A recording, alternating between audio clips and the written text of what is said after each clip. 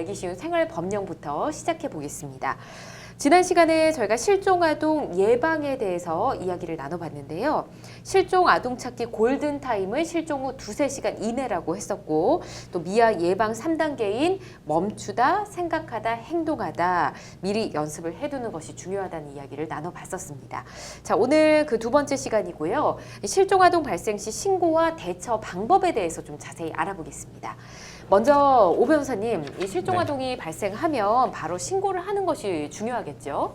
네, 그렇습니다. 실종아동을 발견하면 당연히 신고를 해야 되고요. 네. 이에 대한 법률이 있습니다. 그래서 실종아동 등 보호 및 지원에 관한 법률 제6조 제1항에 의하면 네. 보호시설의 장, 또 그 종사자, 그 아동복지 전담 공무원, 청소년보호재활센터의 장 또는 그 종사자, 사회복지 전담 공무원, 의료기관의 장 또는 의료인, 업무 고용 등 관계로 사실상 아동을 보호, 감독하는 사람은 네. 그 직무를 수행하면서 실종 아동임을 알게 되었을 경우 국번 없이 182번으로 지체 없이 신고를 하여야 됩니다. 이를 위반하면 200만 원 이하의 과태료를 부과됩니다. 그렇군요. 알겠습니다. 근데 이런 분도 계시잖아요. 누가 잃어버렸다, 실종아동이 보인다 해서 부모가 잠시 찾으러 오지 않을까 해서 잠깐 맡아두는 경우도 있는 것 같은데, 이렇게 신고하지 않고 보호를 하게 되면 좀 문제가 될 수도 있지 않을까 싶은데 어떻습니까? 네, 맞습니다. 이 또한 실종 아동 등의 보호 및 지원에 관한 법률 제17조에서 규정을 네. 하고 있습니다. 그래서 미신고 보호 행위의 금지를 규정하고 있는데요. 누구든지 정당한 사유 없이 실종 아동을 경찰 관서의 장에게 신고하지 않고 보고하지 않으면 네. 5년 이하의 징역 또는 5천만 원 이하의 벌금에 처해집니다. 그렇군요. 잘 알겠습니다. 실종 아동을 발견을 하면 바로 신고하셔야 된다는 거 기억해 주시고요. 자, 실종 아동에 대한 수사가 어떻게 이루어지는지 좀 알아보도록 할게요. 박 변호사님 좀 알려주시면 좋을 것 같은데요. 네, 그 경찰 관서의 장은 실종 아동에 대한 신고를 접수했을 때 즉시 소속 경찰 공무원을 현장에 출동시켜서 주변을 수색하는 등 실종 아동을 발견하기 위한 조치를 해야 됩니다. 네. 다만 약취나 유인 등 범죄로 인한 실종이 인정되면 즉시 수사를 시작을 해야 되는데요.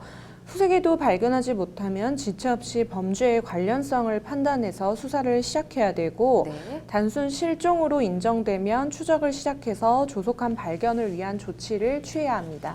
그렇군요. 경보를 발령을 한다고 한다면 이게 어떻게 발령이 되는지 좀 궁금한데 그 부분도 좀 알려주시죠. 네, 경찰청장은 실종 아동의 조속한 발견과 복귀를 위해서 공개 수색이 필요하고, 실종 아동의 보호자가 실종 아동과 관련된 정보 공개에 동의를 하는 경우에는 실종 경보나 유괴 경보를 발령할 수 있는데요. 네. 실종 경보는 상습적 가출 전력이 없는 아동에 대한 신고가 경찰 관서에 접수가 된 경우를 의미하고, 네. 유괴 경보는 유괴나 납치 사건으로 의심할 만한 증거나 단서가 존재하는 실종 아동에 관해서 경찰 관서에 신고가 접수된 경우를 의미합니다.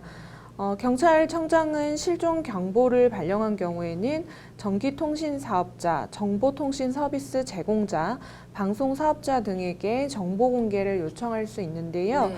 그 정보는 실종 아동의 신상 정보, 그리고 실종 유괴의 경우 실종 경보 또는 유괴 경보의 발령 사실, 그리고 국민에 대한 협조 요청이나 그 밖의 실종 아동의 복귀에 필요한 사항 등입니다. 그렇군요. 알겠습니다.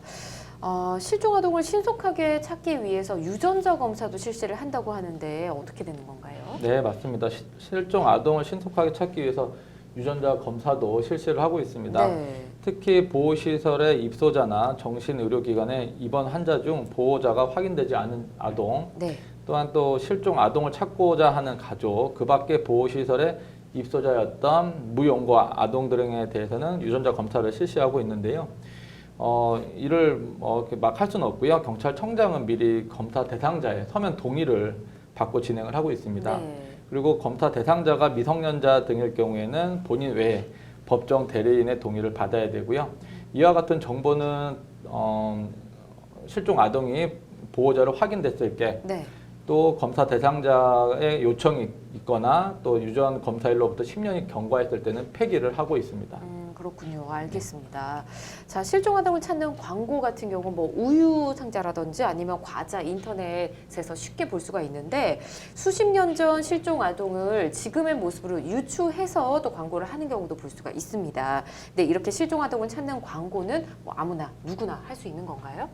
예, 그 실종 아동을 찾기 위한 5개의 광고물 설치 조항이 있는데요. 네. 이것을 보면 실종 아동을 찾기 위한 5개의 광고물은 표시 설치 기간이 30일 이내로 허가 신고에 관한 법률과 금지, 제한 등에 관한 법률의 적용을 받지 않습니다. 그렇게 적용을 받지 않은 상태로 설치하는 것이 가능합니다. 네, 알겠습니다.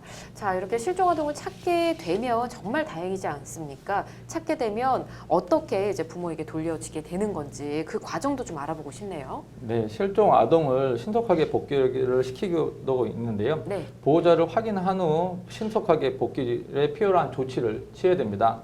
다만 아동의 그 보호 양육에 대해서 부적절하다고 인정되는 네. 경우에는 보호 절차를 진행하지 않는데요. 예를 그래요? 들어서 예. 아동 학대자, 그리고 가정 폭력 행위자, 그리고 실종 아동이 보호자의 학대 등을 이유로 복귀를 거부하는 경우, 네, 보호자가 실종 아동을 학대했거나 학대한 것으로 볼 만한 사유가 있는 경우, 보호자가 마약류, 알코올 중독, 간염성 질환이나 정신질환이 있는 경우, 그 밖에 보호자가 의식주 등 기본적인 의무를 태만히 한 사실이 있는 경우에는 네. 복귀를 하지 않고 있습니다.